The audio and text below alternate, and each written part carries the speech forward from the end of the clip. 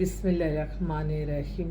সকল প্রশংসা আল্লাহর, সকল ক্ষমতার মালিক আল্লাহ মহান। আসসালামু আলাইকুম আমার প্রাণ প্রিয় সকল আপনজন, কেমন আছেন? আমি আপনাদেরই সামান্য একজন কান্তাপা। আমার এই একটাই ফেসবুক আইডি, আর কোনো আইডি নাই। দয়া করে আমাকে মনে করে কখনো আপনারা অন্য আইডিতে আপনাদের তথ্য আদান প্রদান করবেন না। তাছাড়া আমার সরাসরি কন্ট্যাক্ট নাম্বার আছে, আপনারা কথা বলে ইমেলে, হোয়াটসঅ্যাপে আপনারা আমাদের সেবা নিতে পারেন। আমাদের হোয়াটসঅ্যাপ নাম্বারটা বলে দিচ্ছি, 019718600261। তো আমি আজকে আপনাদেরকে, কারণ প্রতিদিনই আমার বোনরা শুধু ফোন করে বলে যে আপু তোমার কি এই আইডিতে আমি কথা বলেছি, সরি। এই শাড়ি পরা, এটা একটা ফেক আইডি, এটা আমার না। এই যে এটা একটা ফেক আইডি, এটা আমার না। এই যে এটা আমার একটা ফেক আইডি, এটা আমার না। তারপরে এছাড়াও আরও কয়েকটা ছবি আমি করছি, এগুলি কিন্তু আমার আইডি না। আপনারা দয়া করে আমাকে মনে করে, আমার বোনরা কেন যে মেসেঞ্জারে কথা বলে, আমি প্রতিদিন বলি যে দেখো, মেসেঞ্জারে শুধু চ্যাটিং করলেই মনে করবা না যে ওই মানুষটাই তুমি। এই মানুষটা আসলে ছেলে, হয়তো মেয়ে সেজে সে তার মানে দেখা যায় যে তাদের সাথে কথা বলে। তো এই ছেলেদের কি মেন্টালিটি, তাহলে ওরাই সমাজে কিন্তু অনেক খারাপ কাজ করতে পারে। যারা দেখবেন অল্প অল্প করে অন্যায় করছে, তারাই বড় অন্যায় করে। সেজন্য এগুলিতে আমি বারবার বলি যে আমি কিন্তু মেসেঞ্জারে কথা বলি না, আর মেসেঞ্জারে বিখ্যাত মানুষের ছবি সব। তো আমি সবাইকে অনুরোধ করব যে ঠিক আছে, আপনি যদি সেই মানুষটা ভিডিও কল দিতে সমস্যা, এখানে তো লজ্জার কোনো কিছু না। আল্লাহর সৃষ্টি এত বড় একটা সুন্দর জিনিস পেয়েছি বলেই তো আমরা একে অন্যকে দেখতে পাচ্ছি। তো যখনই বলবেন তখন কিন্তু আপনার পাশ কাটিয়ে চলে যায়, তার মানে ওইটা ভুয়া। তো সেজন্য আপনারা ততক্ষণ পর্যন্ত আপনারা গুজবে কান না দিবেন, যে যতক্ষণ টিভি চ্যানেলের নিচে যে নিউজগুলি আসবে সেটা একদম বাস্তব। আর আমাদের এই সামাজিক যোগাযোগের মাধ্যমে মানুষকে কিন্তু অনেক হয়রানি করে, মিথ্যা কাল্পনিক গল্প বানিয়ে। আমি কল্পনাতে আপনি কখনো একটা মানুষকে আপনি চিন্তা করবেন না। আপনি মিথ্যা কাল্পনিক আপনি কল্পনা করছেন, একটা ভালো মানুষকে আপনি কল্পনা করে তাকে খারাপ করে ফেলছেন। এই ধরনের থেকে আপনার বেরিয়ে আসতে হবে। আপনাদের প্রত্যেকটা মানুষকে আমি বলতে চাই যে আপনারা ভালো থাকবেন, অন্যকে হিংসা করবেন না। আপনাদের ভালো থাকার মূল কাজটাই হচ্ছে আপনাদের নামাজ, রোজা, ইবাদত, বন্দেগী, দান, সদকা, মানুষের কল্যাণ, হজ, উমরা পালন, ভালো কাজ। অন্য কোনো ওয়েতে আপনারা কিন্তু ভালো থাকতে পারবেন না, এটা সবসময় মনে রাখবেন। মানুষকে ক্ষতি করার কোনো চিন্তা আপনাদের রাখবেন না, এবং প্রতিশোধ পয়েন্ট। আপনি একটা ক্ষতি হয়ে গেছে, ঠিক আছে, আপনার জানটা ভালো আছে। আমি তো সবসময় এই গাড়িতে একটু লাগাই দিলাম, আল্লাহ আমার তো জানটা ঠিক আছে, তো আমি কেন আরেকটা মানুষের সাথে জড়িয়ে দিব? আল্লাহ যে সুস্থ রাখছে, ভালো রাখছে, এর চেয়ে আলহামদুলিল্লাহ আর কি আছে? তো সেজন্য এই হয়রানিগুলি যাতে আপনারা না হন, আমি সবসময় বলি।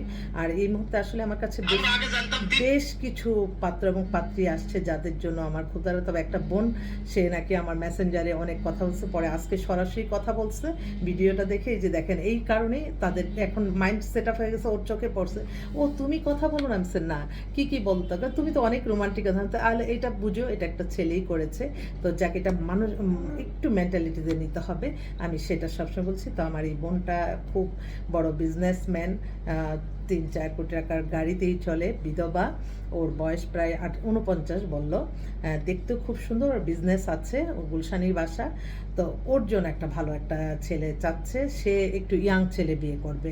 তো আমি বললাম যে শোনো, ওই আগের হাজব্যান্ডকে আবার দেখায়। আমি ও বলছে ওর চেয়ে ভালো, ওর মতো হতে হবে। তখন আমি বলি যে অনেক ভাইরা এসে বলে আমার বউ আগে এত সুন্দরী ছিল, তো সেই সুন্দরী মানুষ তো আপনি রাখতে পারলেন না।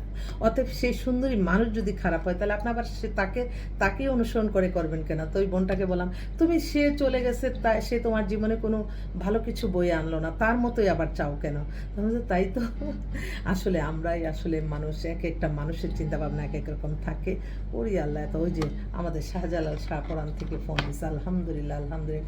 আসসালামু আলাইকুম। আমার শাহজালাল শাহপরানের সালাম ও দোয়া পৌঁছে দেবে। আমি একটু বিজ্ঞাপন দিতেছি।